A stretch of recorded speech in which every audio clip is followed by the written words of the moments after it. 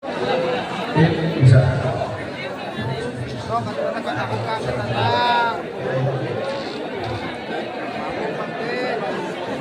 Sudah steril ya? Tidak ada di sini ya? Baik, alhamdulillah, terima kasih.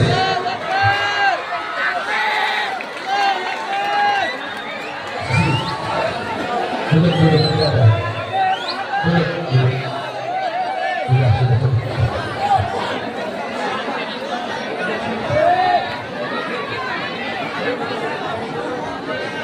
Nah, saya mau tetap MUI berkesempatan. Ibu Neng hoyong ke kupingin guluran saya apa? Santri siap? Bisa. Takbir. Waktu dan tempat kami persilakan.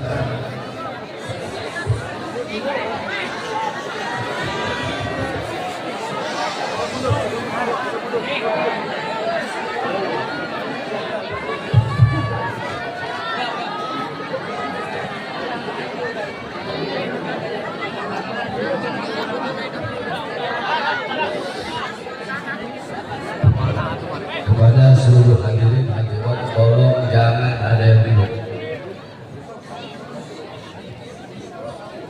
Al-Imam Al-Syekh Abu Bakar bin Salim radhiyallahu anhu, beliau berkata, siapa orang yang banyak berbicara di majelis-majelis ilmu, di majelis-majelis zikir, dikhawatirkan kelak meninggal dalam keadaan su'ul khatimah.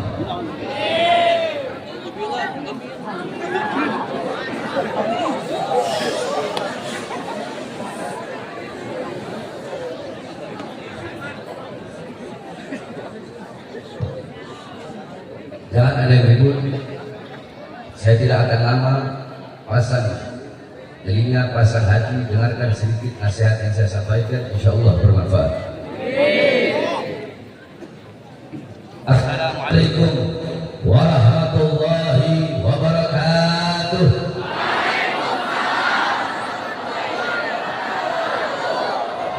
Alhamdulillah, alhamdulillahil sultanuh الواضح البرهان المقصود في وجود كرامه واحسانه.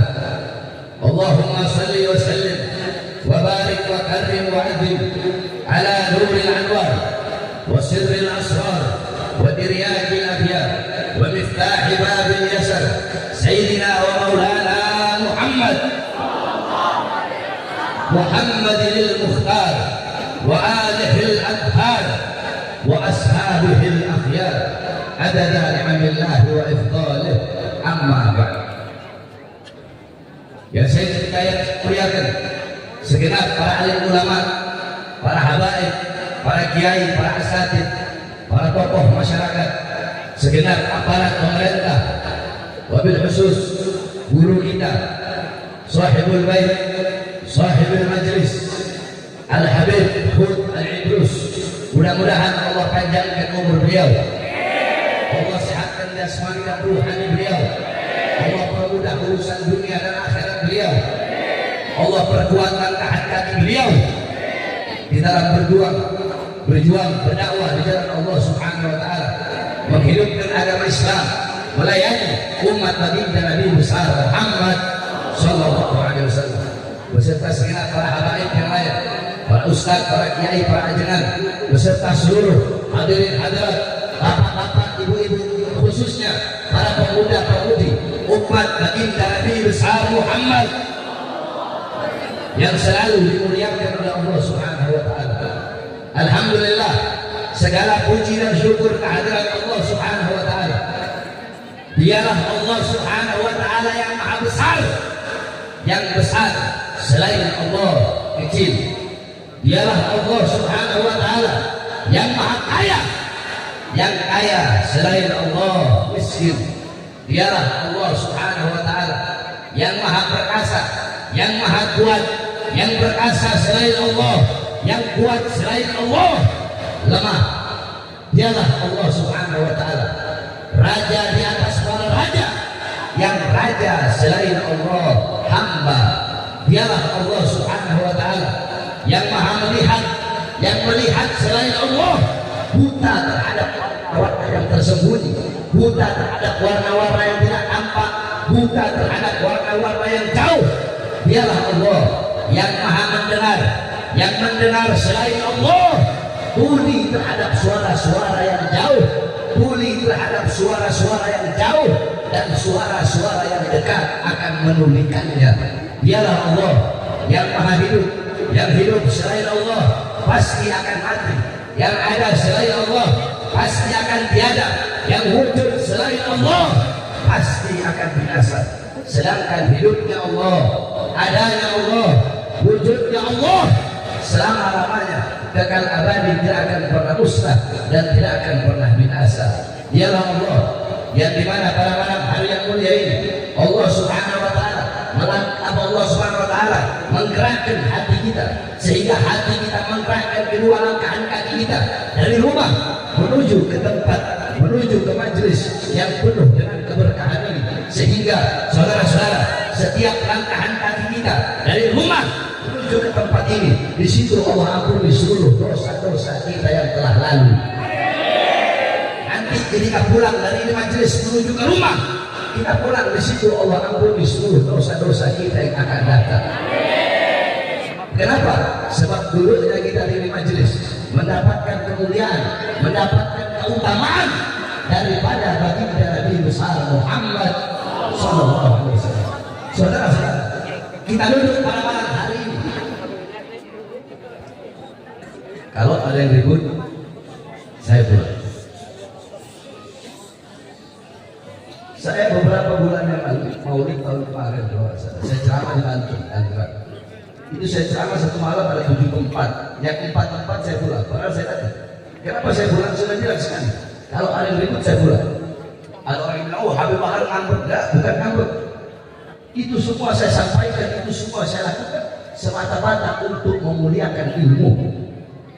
Kalian duduk di sini ngomong kayak ini acara orkes, kayak ini acara dangdutan, nggak ada akhlak, nggak ada adab. Bagaimana mendapat manfaat dari itu? Ada yang ngomong, saya bilang, ini saya lakukan semata-mata untuk memuliakan ilmu, biar kalian bisa menghargai ilmu, bisa memuliakan ilmu, biar nggak sembarangan sama ilmu, biar nggak anggap remeh ilmu. Apa? Kalian pikir majelis dangdut, majelis orkes, ini majelis oleh Nabi besar Muhammad SAW. Pasang akhlak, pasang adab. Jangan biasakan duduk di majelis ilmu ngomong. Ada ustaz, ada kiai, ada habib lagi menyampaikan tausiah, jangan pada ngomong sendiri. Ini nggak ada akhlak, ini nggak ada adab. Tadi sudah saya sampaikan. Syekh Abu Bakar misalnya berkata, siapa orang yang suka ngomong di majelis ilmu, dikhawatirkan dia meninggal dalam keadaan su'ul khatimah. Mau mati su'ul khatimah, mau mati dalam keadaan buruk. Pasang akhlak, pasang adab di majelis-majelis ini. Saudara-saudara sekalian yang dimuliakan oleh Allah, kita duduk pada malam hari ini memuliakan baginda Nabi besar Muhammad. Ingat, kita memuliakan Nabi Muhammad, bukan Nabi Muhammad yang bertambah mulia, saudara-saudara. Kita mengagungkan Nabi Muhammad, bukan Nabi Muhammad yang bertambah agung. Kita memuji Nabi Muhammad, bukan Nabi Muhammad yang bertambah terpujinya, bukan. Jadi Nabi Muhammad SAW tidak butuh kita memuliakannya, tidak butuh kita mengagungkannya, tidak butuh kita memujinya. Kita memuliakan Nabi, Nabi Muhammad tidak bertambah kemuliaannya. Kita mengagungkan Nabi, Nabi Muhammad tidak bertambah keagungannya. Kita memuji Nabi, Nabi Muhammad tidak menjadi lebih terpuji. Kita memuliakan Nabi, kita yang menjadi mulia, saudara-saudara. Kita mengagungkan Nabi, kita yang menjadi agung. Kita memuji Nabi, kita yang menjadi terpuji. Ma madahtu Muhammadan bi qasidati. Aku tidaklah memuji Nabi dengan syairku. Aku tidak memuliakan Nabi dengan syairku. Aku tidak mengagungkan Nabi dengan syairku. Tetapi syairku yang menjadi mulia karena telah memuliakan Nabi Muhammad. Syairku yang menjadi agung karena telah mengagungkan Nabi Muhammad. Syairku yang menjadi terpuji karena telah memuji Nabi Muhammad SAW. Kita duduk pada malam hari ini menjadi mulia, menjadi agung, menjadi terpuji karena kita memuliakan, mengagungkan dan memuji baginda Nabi besar Muhammad Sallallahu Alaihi Wasallam. Saudara-saudara sekalian yang dimuliakan oleh Allah Subhanahu Wa Taala, majelis-majelis seperti pada malam hari ini, majelis-majelis seperti inilah warisan besar Muhammad. Jikalau engkau ingin tahu, jikalau engkau ingin melihat seperti apa dulu perkumpulan Nabi Muhammad, maka lihatlah pada malam hari ini seperti inilah perkumpulan Nabi besar Muhammad SAW. Nabi Muhammad tidak mewariskan harta, tidak mewariskan pangkat, tidak mewariskan jabatan, tidak mewariskan tahta, tidak mewariskan kekuasaan, tidak mewariskan dinar, tidak mewariskan dirham, tetapi warisan Nabi majlis-majlis taklim, majlis-majlis zikir, majlis-majlis sholawat. Para ustadz, para kiai, para habaib, para ulama, mereka pewaris Nabi, mereka pewaris ilmu Nabi, mereka menyambung lidah Nabi, mereka memegang tongkat estafet perjuangan Nabi. Maka jika kau ingin lihat seperti apa perkumpulan Nabi, lihatlah pada malam hari ini kita duduk di sini berkumpul bersama para ulama, para ustadz, para kiai, para habaib. Seperti inilah perkumpulan dulu baginda Nabi besar Muhammad Sallallahu Alaihi Wasallam. Abu Hurairah, Al-Imam Abu Hurairah radhiyallahu anhu, satu waktu beliau pergi ke pasar. Ketika beliau pergi ke pasar, beliau berkata, wahai orang-orang pasar, wahai para pedagang-pedagang pasar, di masjid sedang dibagi-bagikan warisan dari Muhammad. Mereka yang berjualan meninggalkan jualannya, mereka yang punya toko menutup tokonya, mereka berbondong-bondong pergi ke masjid. Saudara-saudara, ketika mereka pergi ke masjid, mereka tidak melihat sedang dibagikan harta, mereka tidak melihat sedang dibagikan emas, mereka tidak melihat sedang dibagikan harta atau benda Nabi atau pakaian Nabi. Tidak. Mereka berkata, wahai Abu Hurairah, mana katamu sedang dibagi-bagikan warisan Nabi, tetapi kami tidak melihat dibagi-bagikan harta benda Nabi Muhammad. Yang ada hanyalah halagoh, orang-orang sedang berputar, duduk, memutar untuk menuntut ilmunya Allah, untuk berzikir kepada Allah. Hanya ini yang ada. Apa kata Abu Hurairah? Majlis-majlis ta'lim, majlis-majlis ilmu, majlis-majlis zikir. Itulah warisan Nabi Muhammad SAW. Kita duduk pada malam hari ini mengambil bagian daripada warisan Nabi Muhammad. Setelah engkau mendapatkan warisan Nabi, setelah engkau mendapatkan bagian daripada warisan Nabi, maka satu huruf daripada warisan Nabi Muhammad itu lebih berharga, itu lebih bernilai daripada dunia beserta isinya, saudara. Maka akankah engkau terus-menerus meremehkan majlis-majlis itu? Akankah engkau terus-menerus meremehkan majlis taklim? Sedangkan satu huruf daripada ilmu Nabi Muhammad itu lebih bermanfaat bagimu, lebih bernilai untukmu, lebih berguna, lebih menyelamatkanmu dunia dan akhirat daripada warisan-warisan harta, walaupun jumlahnya triliunan. Saudara-saudara, engkau pada malam hari ini satu huruf kau dapatkan, itu warisan Nabi Muhammad, itu lebih bernilai. Tidak ada warisan yang lebih berharga, tidak ada warisan yang lebih mahal, tidak ada warisan yang lebih bernilai selain daripada warisan baginda Nabi besar Muhammad SAW. Maka beruntung saya, beruntung kalian, beruntung kita menjadi umat yang mendapatkan warisan yang paling mahal, warisan yang paling bernilai, warisan yang paling berharga, yaitu ilmunya baginda Nabi besar Muhammad SAW. Sering saya katakan, warisan Nabi Muhammad SAW sampai-sampai karpet atau terpal yang engkau duduki, kenapa karpet? Terpal lusuh yang engkau duduki, terpal harga 20.000, 30.000, tapi itu terpal digunakan untuk para penuntut ilmu duduk di terpal tersebut. Terpal itu, karpet itu, alas yang engkau duduki demi Allah, di sisi Allah, dalam pandangan akhirat, dalam kacamata orang-orang yang hatinya kosong dari dunia, harta, pangkat, jabatan, orang-orang yang hatinya kosong daripada kekuasaan, kosong daripada dunia, dalam kacamata mereka karpet, terpal yang kau duduki lebih mulia di sisi Allah daripada kursi yang diduduki oleh seorang raja, kursi yang diduduki oleh presiden. Karpet majelis ilmu, karpet majelis taklim lebih mulia di sisi Allah daripada kursi yang diduduki oleh seorang presiden. Bukankah Sayyidina Umar bin Khattab radhiyallahu anhu, Sayyidina Umar bin Khattab beliau berkata, apa kata Sayyidina Umar bin Khattab?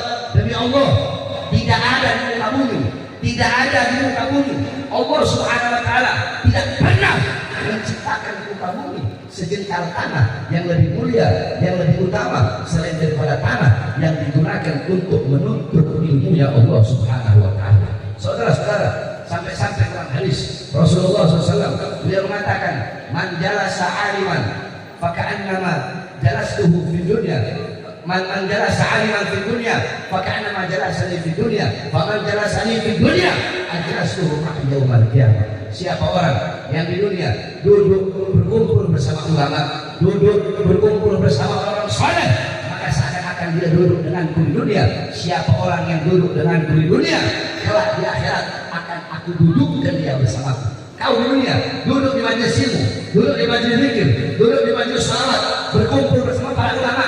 Di akhirat tidak usah engkau ragu, di akhirat tidak usah engkau bimbang, tidak usah engkau, bukan engkau yang mencari Nabi Muhammad SAW, bukan engkau yang ingin duduk bersama Nabi Muhammad, tapi Nabi Muhammad yang mendudukkan engkau di samping baginda Nabi, di bawah liwa, di bawah bendera agung baginda Nabi Muhammad SAW.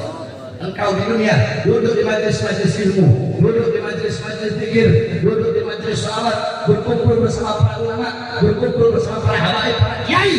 Dipastikan di akhirat engkau pun akan duduk dengan baginda Nabi Muhammad SAW. Oleh karenanya, saudara-saudara, saya ingatkan sekali lagi, jangan pernah meremehkan majelis-majelis taklim, pasang akhlak, pasang adab, pasang budi pekerti yang baik, pasang kedua telinga, buka hati ketika kita duduk di majelis-majelis taklim, ketika kita duduk di majelis zikir, agar kita pulang membawa rahmat, membawa hidayat, membawa keberkahan, membawa maghfirah dari Allah Subhanahu wa taala. Hadirin sekalian yang dimuliakan oleh Allah Subhanahu wa taala, kita duduk di majelis dalam rangka Maulid Nabi Muhammad SAW. Kita duduk di sini bergembira dengan lahirnya Nabi. Kita duduk di sini memuliakan dan mengagungkan kelahiran baginda Nabi Muhammad. Dalam Al-Quran, Allah Subhanahu wa taala berfirman, "Qul bi fadlillah wa bi rahmatih fabidzalika falyafrahu." Kata Allah Subhanahu wa taala, "Qul," sampaikanlah, "Qul," katakanlah oleh wahai Muhammad, sampaikanlah, katakanlah, berkatalah engkau bahwasanya dengan rahmat Allah, dengan anugerah Allah, dengan karunia Allah, dan dengan rahmat Allah Subhanahu wa taala. Qul bi fadlillah, katakanlah dengan karunia Allah, dengan anugerah Allah. Apa karunia Allah? Apa anugerah Allah? Apa rahmat Allah? Dalam kitab-kitab tafsir para ulama berkata, seperti dalam kitab tafsir Jami'ul Bayan Al-Imam Ibnu Jarir Al-Tabari, dalam kitab tafsir Ma'alim At-Tanzil Al-Imam Baghawi, dalam kitab tafsir Madarik At-Tanzil Al-Imam An-Nasafi, dijelaskan juga dalam kitab tafsir Ad-Durrul Mansur Tafsir Ma'thur Al-Imam As-Suyuti, dalam kitab tafsir Jalalain Al-Imam Jalaluddin Al-Mahalli, dan diteruskan oleh Imam Jalaluddin As-Suyuti, fadlullah, karunia Allah, anugerah Allah.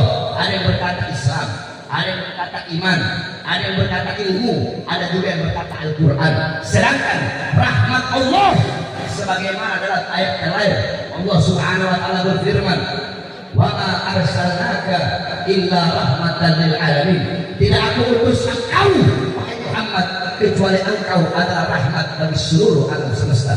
Rahmat Allah yang paling besar, rahmat Allah yang paling agung, rahmat Allah yang paling mulia, nikmat Allah yang paling besar, nikmat Allah yang paling agung. Jikalau kalian bertanya banyak kepada para ustaz, kebanyakan para ustaz, para kiai, para ulama, para habaib, jikalau engkau bertanya, Ustaz, kiai, habib, nikmat apa yang paling besar? Nikmat apa yang paling agung? Sebagaimana banyak para pendakwah-pendakwah, banyak para penceramah-penceramah di panggung-panggung dakwah, selalu kita mendengar mereka berkata, kita bersyukur kepada Allah atas nikmat yang Allah berikan, nikmat yang paling besar, nikmat yang paling besar, yaitu nikmat iman, yaitu nikmat Islam. Itu kata mereka. Tapi jika kalian bertanya kepada saya, apa nikmat Allah yang paling besar? Apa nikmat Allah yang paling agung? Nikmat Allah yang paling besar bukanlah iman, bukanlah Islam, tetapi nikmat Allah yang paling besar adalah Allah utus untuk kita baginda Nabi besar Muhammad sallallahu alaihi wasallam. Ini nikmat yang paling besar, ini nikmat yang paling agung. Sebab kalau bukan karena Nabi Muhammad, kalau bukan karena Nabi, kita tidak akan pernah mengenal yang namanya iman, kita tidak akan pernah mengenal yang namanya Islam. Kalau bukan karena Rasulullah, tidak akan ada iman, tidak akan ada Islam, tidak akan ada takwa, tidak akan ada ilmu, tidak akan ada amal, tidak akan ada wara, tidak akan ada khauf, tidak akan ada ikhlas, tidak akan ada zuhud, tidak akan ada ibadah, tidak akan ada qanaah, tidak akan ada itu semua kalau bukan karena baginda Nabi besar Muhammad sallallahu alaihi wasallam. Maka dengan adanya Nabi Muhammad sebagai rahmat Allah, faliyafrahu, kata Allah, hendaklah mereka bergembira, hendaklah saya, hendaklah kalian, hendaklah kita semua bergembira dengan adanya rahmat Allah yang paling besar, yaitu baginda Nabi besar Muhammad Saudara-saudara, jangankan bergembira dengan adanya Nabi Muhammad, jangankan bergembira dengan adanya Nabi, kita berpuasa pada tanggal 9 dan 10 Muharram, yaitu yang kita kenal dengan puasa Tasu'ah dan puasa Asyura, 9 dan 10 Muharram. Kenapa kita disunahkan berpuasa pada tanggal 9 dan 10 Muharram? Sebab dulu Rasulullah SAW ketika di Madinah, beliau melihat ada orang Yahudi Madinah yang berpuasa pada tanggal 10 Muharram. Rasulullah bertanya, wahai orang Yahudi, kenapa engkau berpuasa pada tanggal 10 Muharram? Orang Yahudi itu menjawab, wahai Muhammad, kami berpuasa pada tanggal 10 Asyura, kami berpuasa pada hari Asyura, kami berpuasa pada tanggal 10 Muharram, karena kami bersyukur kepada Allah, bersyukur kepada Allah atas selamatnya Musa dari kejaran Fir'aun. Karena kami bersyukur kepada Allah, makanya kami berpuasa pada tanggal 10 Muharram atau pada hari Asyura. Apa jawab Rasulullah? Nahnu ahaqqu bi Musa minkum. Kami lebih berhak atas Musa daripada kalian. Nabi Muhammad memerintahkan kepada para sahabat untuk berpuasa pada tanggal 10 Muharram atau hari Asyura. Nah, saudara-saudara, sehingga puasa pada hari Asyura menjadi ibadah sunnah. Kenapa? Untuk bersyukur kepada Allah atas selamatnya Nabi Musa dari kejaran Fir'aun. Saudara-saudara, kita bersyukur kepada Allah atas selamatnya Nabi Musa dari kejaran Fir'aun menjadi ibadah sunnah. Maka coba kita lihat bagaimana kita bersyukur kepada Allah atas selamatnya seluruh alam jagat raya, seluruh alam semesta terselamatkan berkat adanya baginda Nabi besar Muhammad sallallahu alaihi wasallam. Bukankah Imam Busiri dalam qasidah Burda beliau berkata, fa kaifa tad'u ila dunya daruratu man laulahu lam tukhrajid dunya minal adami. Kalau bukan karena Nabi Muhammad, dunia tidak akan pernah dikeluarkan dari ketiadaannya. Dunia, alam semesta jagat raya tidak akan pernah ada kalau bukan karena baginda Nabi Muhammad sallallahu alaihi wasallam. Bahkan para nabi, para rasul, beliau-beliau terselamatkan berkat baginda Nabi Muhammad sallallahu alaihi wasallam. Bagaimana Nabi Allah Adam alaihissalam? Nabi Allah Adam Allah turunkan di India, Siti Hawa Allah turunkan di Jeddah, Iblis Allah turunkan di Basra. Selama ratusan tahun, selama ratusan tahun Nabi Adam bertaubat, belum Allah terima taubatnya. Ketika Nabi Allah Adam berada di kota Mekah, baru Allah terima taubat Nabi Adam. Kenapa? Karena dalam taubatnya Nabi Allah Adam membawa nama baginda Nabi besar Muhammad sallallahu alaihi wasallam. Nabi Allah Adam terselamatkan berkat Nabi Muhammad. Nabi Allah Nuh Allah selamatkan dari banjir. Kenapa? Karena dalam tulang sumber Nabi Allah Nuh terdapat cahaya baginda Nabi besar Muhammad. Nabi Allah Ibrahim alaihissalam Allah selamatkan dari apinya Namrud. Kenapa? Karena dalam tulang sumber Nabi Allah Ibrahim terdapat cahaya baginda Nabi besar Muhammad. Nabi Allah Ismail alaihissalam Allah selamatkan dari penyembelihan. Kenapa? Karena dalam tulang sumber Nabi Allah Ismail terdapat cahaya baginda Nabi besar Muhammad sallallahu alaihi wasallam. Para nabi dan para rasul Allah selamatkan berkat Nabi Muhammad. Alam semesta, seluruh alam jagat raya ada berkat baginda Nabi besar Muhammad. Maka bagaimana kita bersyukur kepada Allah Subhanahu wa taala jikalau selamatnya Nabi Musa dari kejaran Fir'aun menjadi ibadah sunnah, maka bagaimana kita bersyukur kepada Allah atas selamatnya seluruh alam semesta ini berkat baginda Nabi besar Muhammad. Makanya dikatakan Muhammadun syukruhu fardun alal umami. Muhammad bersyukur dengan adanya beliau wajib bagi setiap umat. Kita duduk di sini sebagai bentuk rasa syukur kita kepada Allah atas lahirnya cahaya alam semesta, yaitu baginda Nabi besar Muhammad sallallahu alaihi wasallam. Saudara-saudara sekalian yang dimuliakan oleh Allah, jikalau ada yang bertanya kepada kalian, jikalau ada yang bertanya apa dalilnya maulid, saudara-saudara sekalian yang dimuliakan oleh Allah Subhanahu wa taala, maka katakan kami duduk di majelis maulid untuk bergembira dengan lahirnya baginda Nabi besar Muhammad. Jangankan kita, saudara-saudara, kita yang umat Islam, kita yang umat Nabi, yang mencintai Nabi, yang merindukan Nabi. Saudara-saudara, Sayyidina Abbas radhiyallahu anhu, beliau pernah bermimpi. Di dalam mimpinya beliau melihat Abu Lahab sedang disiksa oleh Allah. Abu Lahab sedang diazab oleh Allah Subhanahu wa taala. Akan tetapi setiap hari Senin Allah ringankan azab dan siksanya Abu Lahab. Dari selah-selah jarinya Abu Lahab itu bisa keluar air, sehingga Abu Lahab bisa minum dari air tersebut hanya setiap hari Senin. Sayyidina Abbas bertanya, wahai Abu Lahab, kenapa Allah ringankan azab dan siksamu setiap hari Senin?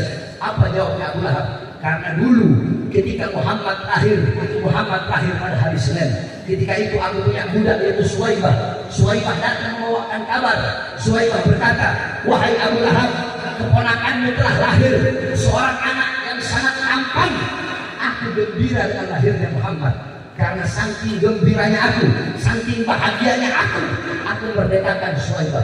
Aku merdekakan Suwaibah karena aku gembira dengan lahirnya Muhammad. Aku merdekakan Suwaibah yang datang membawa kabar gembira tersebut. Nah, karena kegembiraanku itulah Allah ringankan azab dan siksaku setiap hari Senin. Nah, saudara-saudara, itu Abu Lahab yang mati dalam keadaan kafir karena bergembira setiap hari Senin. Apa? Karena bergembira pada hari lahirnya Nabi. Allah ringankan azab dan siksanya setiap hari Senin.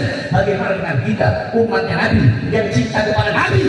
Kalau kita bergembira seumur hidupnya kita dengan lahirnya baginda Nabi Muhammad sallallahu alaihi wasallam.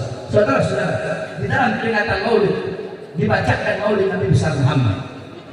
Dalam peringatan Maulid dibacakan siarnya Nabi, dibacakan tarikhnya Nabi, dibacakan sejarahnya Nabi Muhammad sallallahu alaihi wasallam.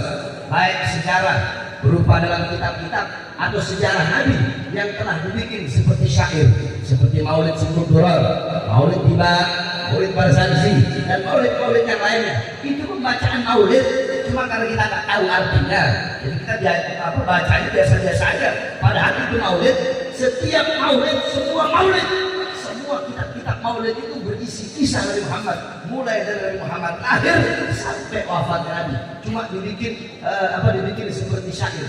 Para muarrikhnya, para pengarang daripada Maulid, beliau membuat sejarah Nabi Muhammad dibikin dengan alunan-alunan syair yang indah, dengan gawafi, dengan ilmu arud, dengan timbangan-timbangan syair, sehingga menjadi lantunan-lantunan syair yang indah. Tetapi itu semua adalah sejarah Nabi Muhammad. Itu semua kita berbicara tentang sejarah baginda Nabi Muhammad sallallahu alaihi wasallam. Setiap majelis-majelis Maulid dibacakan Maulid Nabi Muhammad sallallahu alaihi wasallam. Kita menyebut Nabi Muhammad sallallahu alaihi wasallam. Sedangkan dalam hadis Rasulullah sallallahu alaihi wasallam beliau berkata, "Dzikrul anbiya minal ibadah." Mengingat para nabi, mengingat para rasul itu adalah ibadah. Kita duduk di majelis Maulid mengingat Nabi Muhammad, dibacakan sejarah Nabi Muhammad, itu bagian nilai daripada beribadah kepada Allah Subhanahu wa taala. Bahkan saudara-saudara, sebelum kalian duduk pada malam hari ini untuk membaca sejarah Nabi Muhammad, untuk menceritakan tentang sejarah Nabi Muhammad, telah ada satu zat yang lebih dulu membacakan sejarah Nabi. Telah ada satu zat yang lebih dulu menceritakan sejarah Nabi Muhammad. Siapa itu? Allah Subhanahu wa taala. Dalam hadis dikatakan, An Jabir bin Abdullah Al-Ansari radhiyallahu anhu, qultu ya Rasulullah, bi abi wa ummi akhbirni an awwal syai'in khalaqallahu qabla al-asya'. La ya Jabir, khalaqallahu qabla al-asya' nura nabiyyika Muhammadin sallallahu alaihi wasallam min nurih. Dari Jabir bin Abdullah Al-Ansari, semoga Allah meridhoinya, beliau berkata, ya Rasulullah, bi abi wa ummi, demi ayahku, demi ibuku, akhirnya beritahu kepada aku ya Rasulullah, siapa makhluk yang pertama kali Allah ciptakan sebelum Allah menciptakan apa-apa. Waktu itu belum ada langit, belum ada bumi, belum ada zat Allah, belum ada penanya Allah, belum ada syajaratul ahya, belum ada pohon kehidupan, belum ada matahari, belum ada bulan, belum ada malaikat, belum ada manusia, belum ada jin, belum ada iblis, belum ada apa-apa. Yang ada hanyalah Allah Subhanahu wa taala. Siapa makhluk yang pertama kali Allah ciptakan sebelum ada apa-apa? Makhluk yang pertama kali Allah ciptakan yaitu nur, yaitu cahaya daripada baginda Nabi Muhammad sallallahu alaihi wasallam. Kemudian saudara-saudara, dari cahaya Nabi Muhammad baru Allah ciptakan cahaya para nabi, cahaya para rasul, cahaya Nabi Allah Adam, cahaya Nabi Allah Syed, cahaya Nabi Allah Nuh. Semua cahaya para nabi, cahaya para rasul yang ribuan itu semua Allah ciptakan dari cahaya Nabi Muhammad Setelah Allah ciptakan, Allah suruh berbaris. Cahaya para nabi, cahaya para rasul, Allah suruh berbaris. Ketika Allah suruh berbaris, Allah perintahkan cahaya Nabi Muhammad lewat di atas cahaya para nabi dan cahaya para rasul. Ketika cahaya Nabi Muhammad lewat di atas cahaya para nabi dan cahaya para rasul, ketika itu cahaya para nabi dan cahaya para rasul berkata, ya Allah, cahaya siapa yang barusan lewat? Kenapa cahayanya begitu terang benderang sehingga menyilaukan pandangan mata kami, ya Allah? Apa kata Allah? Hada nur habibi Ahmad ismuhu fis sama, Muhammad ismuhu fil ard, wa khatamul anbiya wa sayyidul mursalin, ahlul Quran. Kata Allah, itu adalah cahaya kekasihku. Ahmad namanya di langit, Muhammad namanya di bumi. Dia penutup para nabi, dia pemimpin para rasul. Akhlaknya adalah Al-Quran. Allah menceritakan sejarah Nabi Muhammad kepada cahaya para nabi dan cahaya para rasul. Jikalau inti sari maulid adalah dibacakan sejarah Nabi Muhammad, maka sebelum kita duduk di sini membaca sejarah Nabi Muhammad, Allah adalah zat yang pertama kali menceritakan sejarah Nabi Muhammad kepada cahaya para nabi dan cahaya para rasul. Saudara-saudara, jikalau inti sari maulid adalah memuliakan hari lahirnya Nabi, jikalau inti sari maulid adalah mengagungkan kelahiran Nabi Muhammad, maka ketahuilah Allah jugalah yang pertama kali memuliakan dan mengagungkan hari kelahiran baginda Nabi besar Muhammad. Wulida sallallahu alaihi wasallam yaum al-itsnain 12 min syahr Rabiul Awwal aman fihi wa sumiya 'am wiladatihi 'am al-fil li'anna malik al-Habasyah ja'a ila Makkah lihadil Ka'bah. Nabi Muhammad sallallahu alaihi wasallam beliau lahir pada hari Senin 12 Rabiul Awwal tahun gajah. Kenapa dinamakan tahun kelahiran Nabi tahun gajah? Wa sumiya 'am wiladatihi 'amul fil. Dinamakan tahun kelahiran Nabi sebagai tahun gajah karena ketika itu datang pasukan gajah yang sangat banyak. Raja Habasyah datang ke Makkah di hadil Ka'bah untuk ingin menghancurkan Ka'bah. Dia datang ke Makkah, wa kana fihi filun 'azim. Dia membawa gajah-gajah yang besar. Tetapi pada hari kelahiran Nabi, Allah hancurkan tentara-tentara gajah tersebut. Allah utus burung ababil yang datang bawa batu dari neraka Sijil. Satu ekor burung bawa 3 buah batu. Satu batu di mulutnya, satu batu di kaki kanannya, satu batu di kaki kirinya. Saudara-saudara, itu burung lempar itu batu, jatuh di atas pasukan gajah, jatuh di atas pasukan gajah dari kepala. Itu batu tembus sampai ke bawah kaki. Allah hancurkan, Allah binasakan pasukan gajah di hari kelahiran Nabi. Pertanyaannya, kenapa Allah hancurkan kok di hari lahirnya Nabi? Apakah kalau Allah hancurkan sebelum mereka berangkat ke Mekah, apakah mustahil Allah hancurkan? Tidak mustahil bagi Allah. Allah menghancurkan mereka sebelum mereka berangkat. Tapi kenapa Allah hancurkan mereka tepat di hari lahirnya Nabi? Takriman wa tashrifan wa ta'liman di maulidin Nabi sallallahu alaihi wasallam. Itu untuk memuliakan, itu untuk mengagungkan hari kelahiran baginda Nabi besar Muhammad sallallahu alaihi wasallam. Di hari lahirnya Nabi, sumur-sumur yang kering memancarkan airnya kembali, saudara-saudara. Pertanyaannya, kenapa Allah pancarkan air dari sumur-sumur yang kering? Kenapa? Kok di hari lahirnya Nabi? Apakah mustahil bagi Allah? Allah mau pancarkan air dari sumur-sumur yang kering, Allah hidupkan kembali airnya sebelum Nabi lahir? Bisa sebelum Nabi lahir, bisa sesudah Nabi lahir. Tapi kenapa tepat di hari lahirnya Nabi? Takriman wa tashrifan wa ta'liman, untuk memuliakan, untuk mengagungkan hari kelahiran baginda Nabi besar Muhammad sallallahu alaihi wasallam.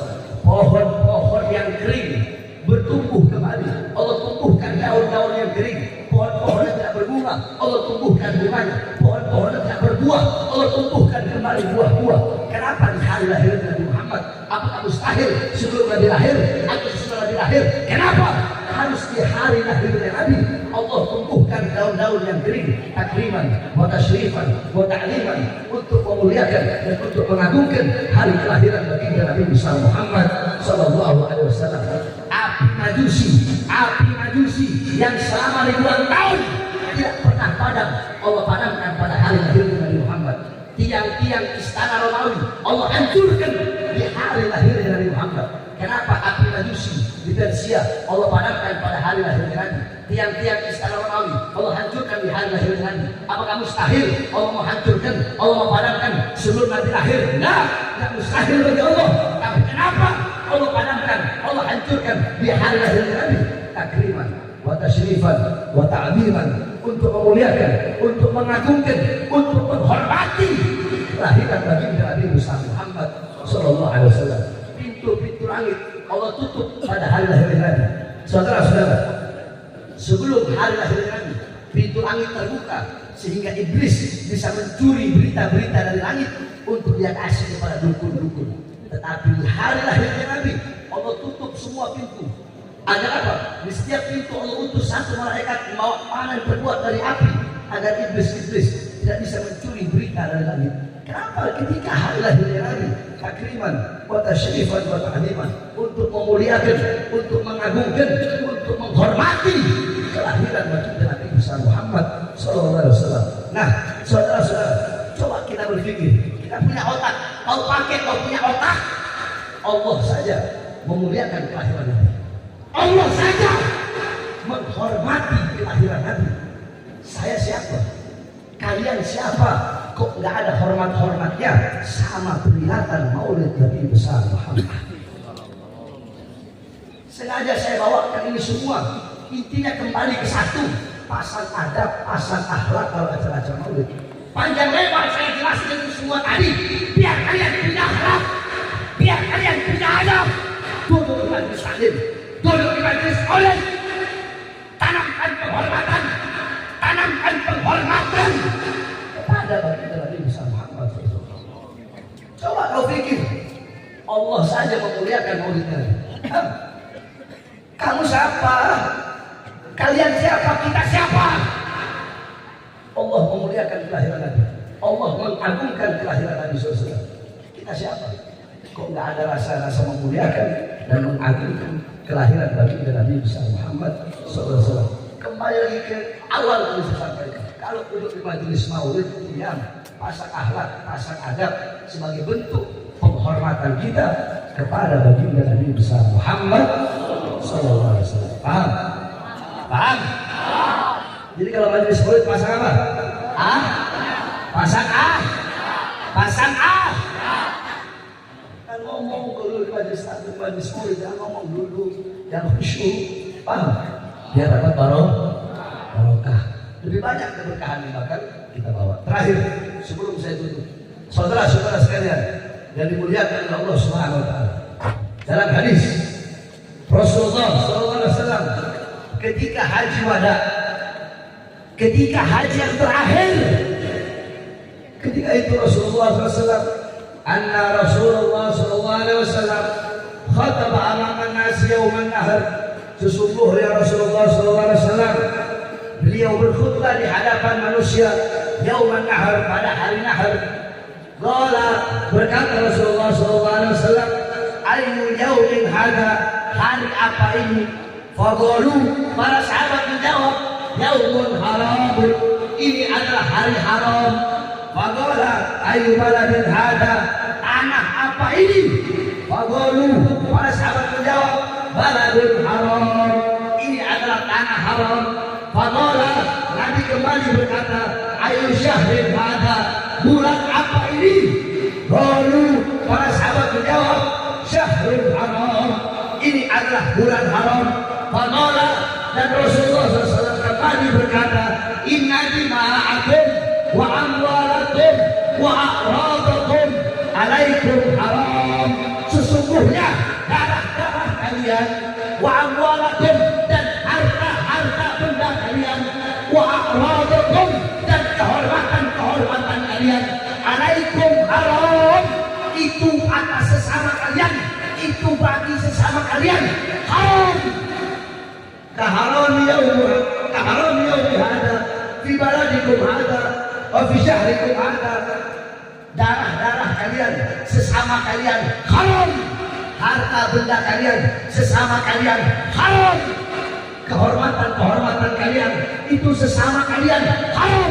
Maksudnya apa? Maksudnya haram bagi kalian untuk menumpahkan darah sesama saudara kalian, haram bagi kalian untuk mencuri, untuk merampas sesama harta benda kalian. Haram bagi sesama kalian untuk menjatuhkan kehormatan kalian, sebagaimana haramnya hari ini, sebagaimana haramnya tanah ini, dan sebagaimana haramnya bulan ini. Saudara-saudara, itu hadis Rasulullah SAW sampaikan ketika haji beliau yang terakhir. Ini hadis adalah hadis yang menjelaskan tentang haramnya, tentang larangan bagi kita untuk mengambil hak, mengambil harta sesama kita, saudara-saudara. Mengambil hak sesama muslim, merampas hak sesama muslim, atau merampas hak di luar muslim, tetapi yang tidak dihalalkan, saudara-saudara. Ini hadis adalah larangan dan keharaman. Bahkan sampai-sampai dalam hadis yang lain Rasulullah SAW beliau bersabda, "Man akhadha min al-'ardi shibran bi ghairi haqqihi." Siapa orang yang mengambil sejengkal tanah, siapa orang yang mengambil sejengkal tanah yang bukan haknya, mengambil sejengkal tanah yang bukan haknya, khusifa bihi yaumal qiyamah ila sab'il ardi, maka kelak pada hari kiamat akan Allah tenggelamkan dia sampai bumi ketujuh. Allah tenggelamkan sampai 700 bumi, mengambil sejengkal tanah yang bukan haknya. Di dalam hadis yang lain Rasulullah SAW bersabda, "Man ittaba'a shibran min al-ardi zulma." Barang siapa yang mengambil sejengkal tanah secara zalim, mengambil sejengkal tanah yang bukan miliknya, dia ambil secara zalim, dia ambil secara curang, dia ambil secara tidak adil, tawaqallah iyyahu yaumal qiyamah min sab'il ardin, maka nanti orang yang mengambil sejengkal tanah tersebut akan Allah kalungkan pada hari kiamat. Allah kalungkan di lehernya 7 lapis bumi, Allah kalungkan di lehernya. Di dunia mengambil sejengkal tanah secara zalim, Allah balas di akhirat, Allah kalungkan 7 lapis bumi di lehernya. Nah, ini adalah larangan bagi muslim untuk mengambil yang bukan haknya. Larangan siapa orang yang mengambil atau merampas yang bukan haknya, saudara-saudara. Nah, beberapa hari yang lalu, beberapa minggu yang lalu, sebagaimana yang kita ketahui, saudara-saudara, saudara-saudara kita yang ada di Rempang, saudara-saudara kita suku Melayu Rempang yang ada di Kepri, Kepulauan Riau, tanah mereka mau dirampas, tanah mereka mau diambil, saudara. Siapa yang merampas, siapa yang mengambil?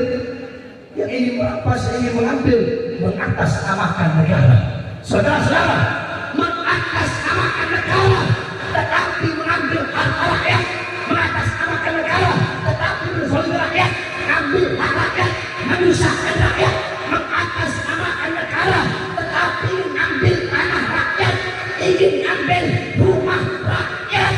Saudara-saudara sekalian, saya tanya semuanya, jawab, ini perbuatan zolim apa tidak? Jawab yang keras, zolim apa tidak? Zolim apa tidak? Adil apa tidak? Biadab apa tidak? Bejat apa tidak? Jahat apa tidak? Lawan atau biarkan? Lawan atau biarkan? Saudara-saudara, atas nama negara, tetapi tanah rakyat yang diambil, betul? Atas nama negara, tapi rakyat yang susah, rakyat yang menderita. Atas nama negara, tetapi berpihak kepada negara-negara asing, berpihak kepada proyek-proyek asing. Atas nama negara, tetapi mengedepankan para investor-investor, sehingga rakyat yang jadi korban, harta benda mereka yang jadi korban, rumah mereka yang jadi korban. Ini bukan negara. Jangan pernah kalian mengatasnamakan negara, karena negara dan rakyat tidak akan pernah bisa dipisahkan. Betul? Betul? Saudara-saudara, ini negara bukan miliknya presiden. Betul? Betul? Ini negara punya presiden bukan? Punya presiden bukan? Punya menteri bukan? Punya gubernur bukan? Punya wali kota bukan? Bukan. Ini negara Indonesia bukan milik pejabat manapun. Betul? Bukan milik partai manapun. Betul? Bukan bukan milik Nasdem, bukan milik Gerindra, bukan milik Golkar, bukan milik PKB, bukan milik P3, bukan milik partai manapun. Ini negara, bukan milik pejabat manapun. Ini negara milik kita, bangsa, rakyat dan masyarakat. Negara ini milik rakyat, betul? Betul, Ibu? Ibu, semuanya saya tanya. Mereka mengatasnamakan negara, tetapi senjata mereka arahkan kepada rakyat kecil. Senjata mereka arahkan kepada masyarakat yang tidak berdaya, saudara-saudara. Mereka mengatasnamakan negara. Saya tanya, ibu jawab semuanya yang keras. Seragam mereka dari siapa? Dari siapa? Baju mereka dari siapa? Rumah dinas mereka dari siapa? Gaji mereka dari siapa? Dari siapa? Dari kami, rakyat, dari teriak rakyat, dari air mata rakyat, dari darah rakyat. Maka kalian jangan semena-mena kepada kami, bangsa dan rakyat Indonesia. Kalian harusnya berbuat adil kepada rakyat, betul? Yang baik sama rakyat, betul? Yang lembut sama rakyat, betul? Jangan hanya gara-gara mengedepankan investor, mengedepankan orang-orang asing, sehingga rakyat dan pribumi Indonesia yang menjadi korban, saudara-saudara. Makanya sering saya sampaikan, kalau 17 Agustus itu pasti saya sampaikan ketika saya ceramah. Apa saya bilang? Pejabat-pejabat aparat sekarang bedanya mereka dengan para pahlawan.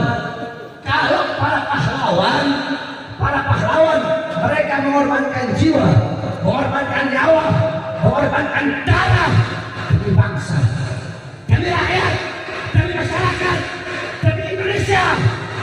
Kalau pejabat sekarang, mereka bukan berkorban untuk bangsa, mereka bukan berkorban untuk rakyat, mereka berkorban bukan untuk masyarakat, mereka berkorban demi kepentingan perutnya, demi kepentingan partainya, demi kepentingan politiknya.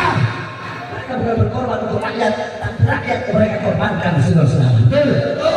Rakyat yang mereka korbankan, masyarakat yang mereka korbankan. Coba lihat janji-janji pejabat sekarang. Janji mereka habis dicongor, saudara-saudara. Tahu congor? Congor ini. Tahu? Sudah tahu. Janji mereka cuma habis di mulut, saudara-saudara. Sebelum jadi saya berjanji makmurkan rakyat, saya berjanji mensejahterakan rakyat. Tetapi setelah jadi, rakyat mana yang sejahtera? Masyarakat mana yang sejahtera? Yang susah tambah susah. Masyarakat yang susah tambah susah. Ibu sembako naik gak? Naik gak? BBM naik gak?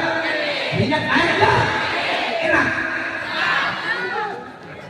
Itu pejabat sekarang. Mereka butuh sama rakyat. Pejabat sekarang butuh sama rakyat kalau ada maunya. Lihat di Cianjur. Nanti 2024, awal-awal 2024, Pak Banteng masih pakai jilbab.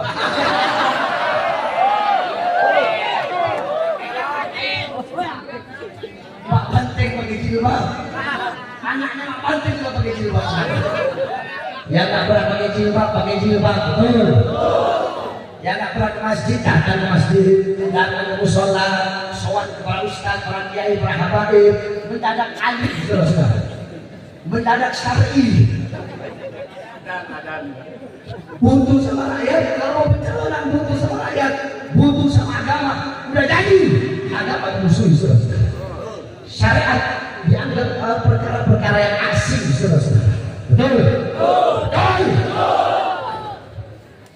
Oleh karena yang kami sampaikan, kalian pejabat aparat, kalian gak bakal jadi apa-apa kalau bukan karena kami bangsa, rakyat dan masyarakat. Betul? Betul. Makanya jangan macam-macam sama bangsa, jangan macam-macam sama rakyat. Jangan kalian macam-macam sama masyarakat. Jangan kalian pikir punya pangkat, punya jabatan, punya kekuasaan, punya senjata, terus semena-mena kepada bangsa, semena-mena kepada rakyat, semena-mena kepada masyarakat. Jangan, saudara-saudara. Jangan. Kalian jadi presiden, jadi menteri, kalian hidup itu karena kami, rakyat rakyat dan masyarakat, kami adalah ibu kandung kalian yang paling punya kekuasaan di Indonesia. Bukan presiden, bukan menteri, bukan panglima, bukan kapolri, tetapi yang paling berkuasa adalah kita.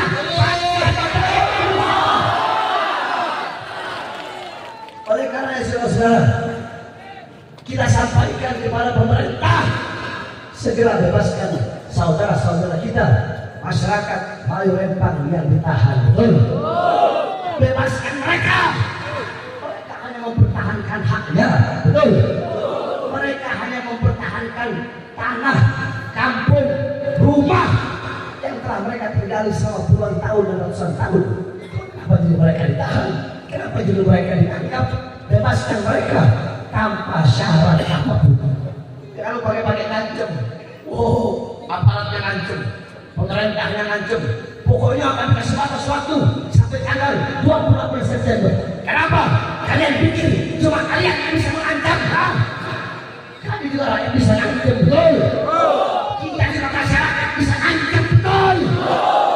Kami sampaikan kepada kalian, jikalau kalian tetap menzalimi, tetap merampas hak saudara-saudara kami Melayu Rempang, demi Allah, kami akan bangkit melawan kalian.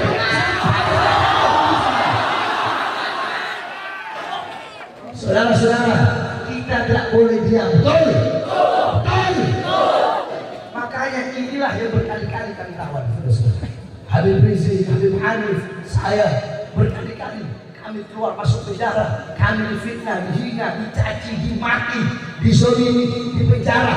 Kenapa? Karena kami yang paling keras suara kami, karena kami yang paling lantang, karena kami yang berada di barisan paling depan melawan kezoliman, melawan ketidakadilan daripada penguasa-penguasa yang zalim. Makanya saudara-saudara, kalau nggak siap berjuang, kalau nggak siap dihina, nggak siap dicaci, nggak siap dimaki, nggak siap dipenjara, nggak siap dibunuh, jangan berjuang di jalan Allah, jangan berjuang untuk membela bangsa, jangan berjuang untuk membela negara, jangan berjuang untuk membela rakyat. Kalau nggak siap dihina, dicaci, dimaki, dizolimi, dipenjara, dan bahkan risiko terbesarnya dibunuh, saudara. Saya baru masuk 2 hari ditahan lagi, dibawa ke Nusa Kambangan, diborgol tangan saya, perut saya, kaki saya. Kenapa? Karena saya membela rakyat. Saya membela rakyat ketika itu, ketika corona, rakyat dikurung dalam rumah. Ketika corona, banyak pemuda-pemuda yang nganggur, yang nggak kerja, tetapi tenaga kerja terus dikirim dari Cina. Itu saya sampaikan kebenaran.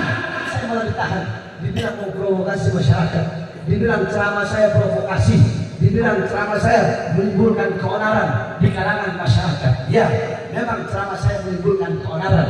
Ceramah saya menimbulkan keonaran. Ceramah saya membuat resah. Membuat resah siapa? Membuat resah para koruptor. Membuat resah para pejabat-pejabat yang zalim. Membuat resah para pejabat-pejabat yang menyusahkan rakyat dan mementingkan kepentingan perut partai dan politiknya masing-masing. Saudara, apa isi ceramah saya yang dilaporkan sehingga saya bebas 2 hari langsung dibawa ke Nusa Kambangan?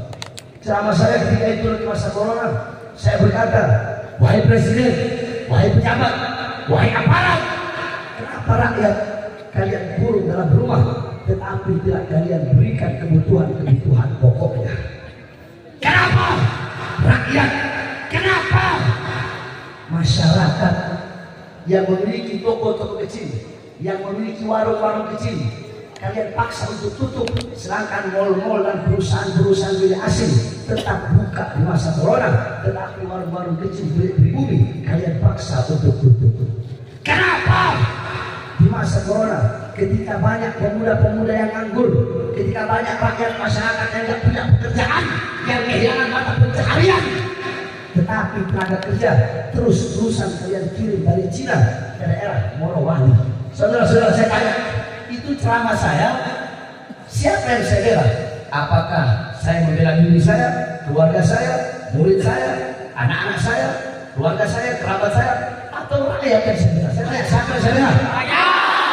Siapa yang saya bela? Itu ibu-ibu itu ceramah itu provokasi. Boleh jawab, itu provokasi.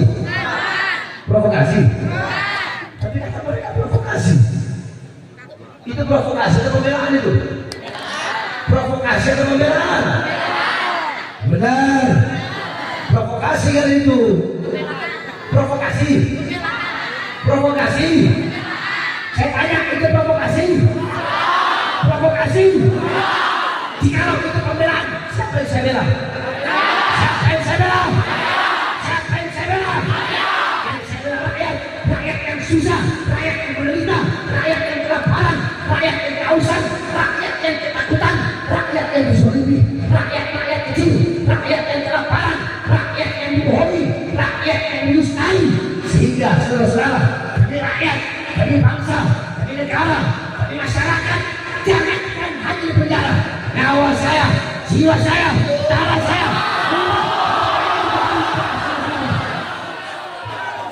Oleh karena kita sampaikan, air mata masyarakat Ayu Rempang itu pun adalah air mata kita. Betul.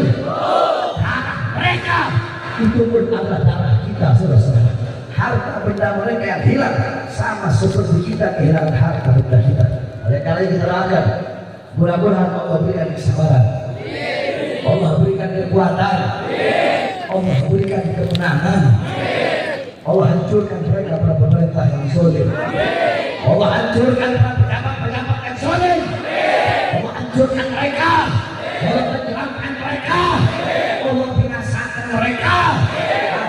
Allahumma badil samnahum, Allahumma farrij jamahum, Allahumma adil adadahum, Allahumma ja'al tawarat alaihim, Allahumma awsil adab ilaihim, Allahumma afrijhum an da'irat al-hilm, waslubhum min al-ibhal, wa'bul aydiyahum, wa'bul qulubihim, wa la tuballighum al-amal, Allahumma masjidhum kulla mumazzaq, wasallallahu alayka intisara lirusul awliya'i, Allahumma tasir lana intisara li'ahbabika al-a'da'i, Allahumma tasir lana intisara li'ahbabika al-a'da'i, Allahumma tasir lana intisara li'ahbabika al-a'da'i, Allahumma la tumakkid al-a'da'a fina wa la tusallitu alaina bidhunubina, Allahumma la tumakkid al-a'da'a fina ولا تسلط علينا بذنوبنا، اللهم لا تمكن الاعداء فينا ولا تسلط علينا بذنوبنا. حامين حامين حامين حامين حامين حامين حامين هم الامر واجعل السلوك علينا ينصرون. حامين تنزل الكتاب من الله العزيز العليم غافر الذنب وقابل التوب الشديد ذي الطول الى الله المسير. بسم الله تبارك ذو يستسقنا كاف ها يا عين صاد كفايتنا. آمين تنزل الى المسجد غافر الذنب وقابل المسير. يا هو يا من فضل فضله أسرع عجل إلى حجبة الإجابة، يا من أجاب نوحا في قومه، ويا من نصر إبراهيم على أعدائه، ويا من رد يوسف على يعقوب، يا من كشف ضر أيوب، يا من أجاب دعوة زكريا، يا من قدرت تسبح يوسف في متى، أسرك بنصر هذه الدعوة، أن تقبل ما في دعوتك وأن تؤتينا مسعدك، الجسر وعدنا وعده لبدك المؤمنين. لا اله الا انت سبحانك اني كنت من الظالمين. ان قضت اعمالنا واذنك منك وخاب رجعنا حكنا فيك ان ابغضت الارحم وابتعدت بشرنا. غارت الله يا غارت الله جالس المسلح في حدود الله. يا غارت الله عادت الأدونة وجاروا الله مجرا وكفى بالله وليا وكفى بالله نصيرا وحسبنا الله ونعم الوكيل ولا حول ولا قوة إلا بالله العلي. سلام على نوح في العالمين استجب لنا. آمين آمين آمين. فقجا ذلك الفرق والحمد لله رب العالمين. بسر الفاتحة.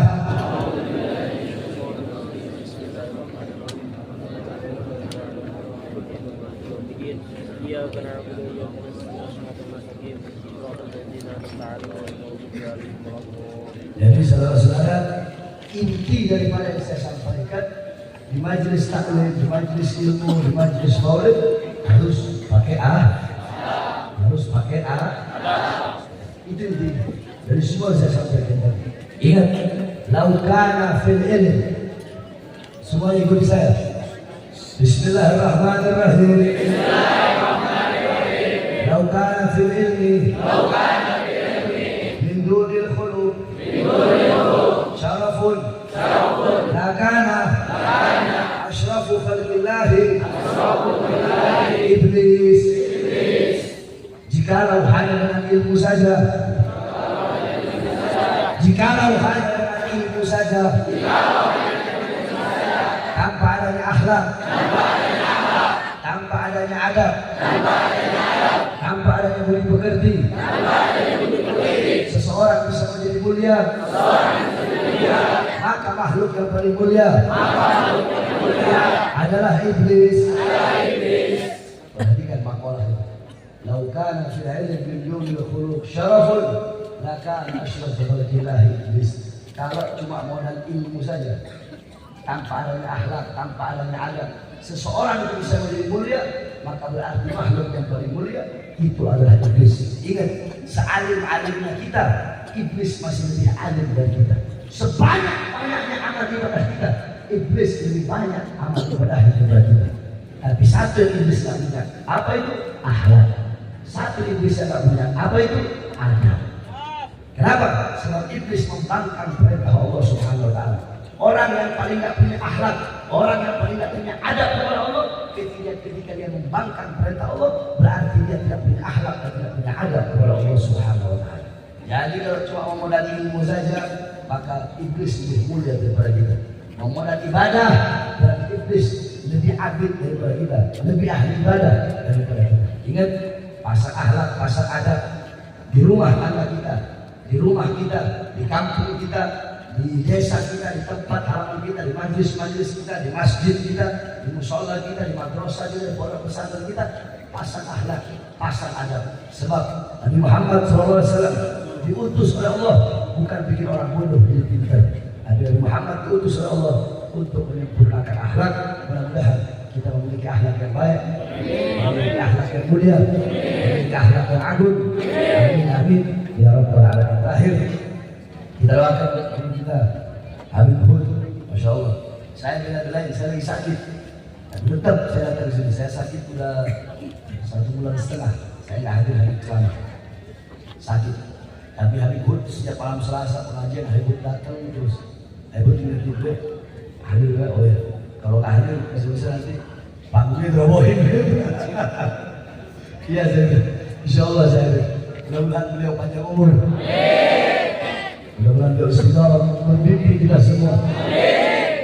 Mudah-mudahan Allah Subhanahu Wa Taala panjangkan umur beliau. Alhamdulillah, beruntung masyarakat Cianjur ada sosok seperti beliau. Alhamdulillah, Allah panjangkan umur beliau. Kita semua yang Tuhan beliau. Beserta kita doakan semua para habaib, para ustaz, para ajaran, para kiai, para ulama yang hadir pada malam hari ini ataupun tidak hadir. Mudah-mudahan Allah panjangkan umur beliau semua. Sebab selama masih ada para ulama, para ustaz, para kiai, para habaib, maka selama itu belum ada namanya kiamat. Sebab kenapa? Salah satu tanda kiamat yaitu Allah Subhanahu Wa Taala mencabut ilmu. Bagaimana cara Allah mencabut ilmu? Allah mencabut ilmu dengan ulama, dengan Allah mematikan para alim ulama. Ketika banyak para ustaz, para kiai, para habaib, para berilmu, banyak yang mulai meninggal dunia, berarti awas, itu merupakan tanda-tanda daripada kiamat. Makanya kita doakan mudah-mudahan para ulama Allah berikan panjang umur untuk semua. Amin amin ya rabbal alamin. Sebelum kita tutup, sama-sama kita bersolawat menyanyikan lagu Mars Pembela Rasulullah. Semuanya prajurit pembela Rasulullah, kita untuk agama, kita untuk negara, satukan hati, satukan jiwa. Musuh di depan mata, lawan dia sampai berdarah, agama dan negara, ketika kematian.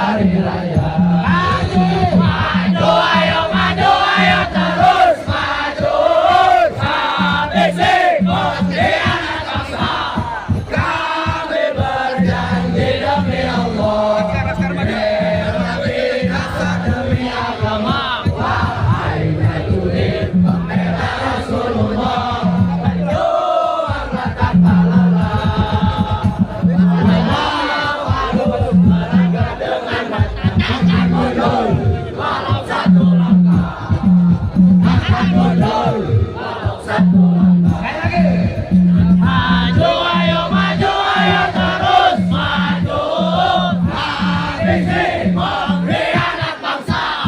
Kami berjanji demi Allah, rela binasa demi agama. Wahai prajurit pembela Rasulullah, berjuanglah tanpa lelah. Walau harus merangkak dengan mata, takkan mundur walau satu langkah. Takkan mundur walau satu langkah. Sallallahu ala Toha Rasulillah. Salatullah salamullah ala Yasin Habibillah. Prajurit pembela Rasulullah, bangkitlah untuk agama, bangkitlah untuk negara. Satukan hati, satukan jiwa.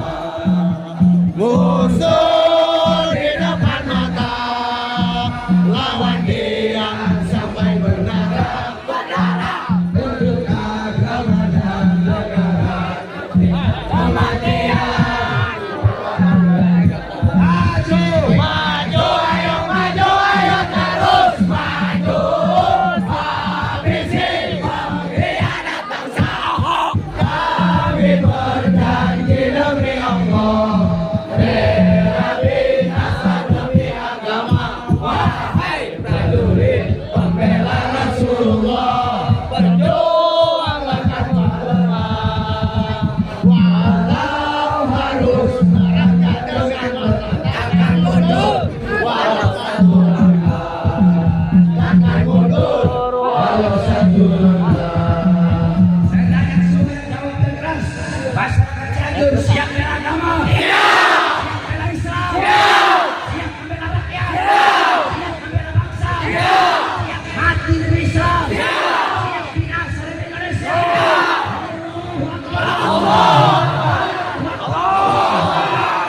Siap lawan pengkhianat bangsa? Siap lawan pejabat zalim? Siap lawan pejabat zalim? Siap mati? Siap berdarah? Siap hancur? Siap binasa?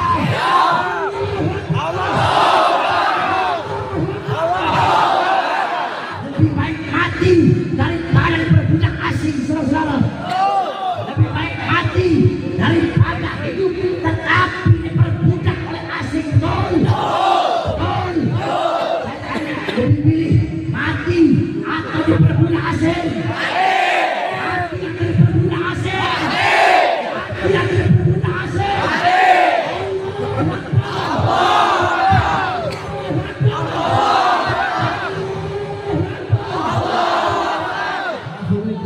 Assalamualaikum warahmatullahi wabarakatuh.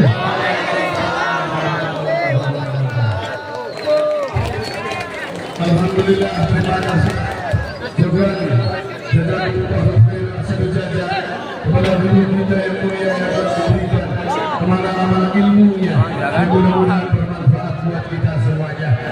Mudah-mudahan beliau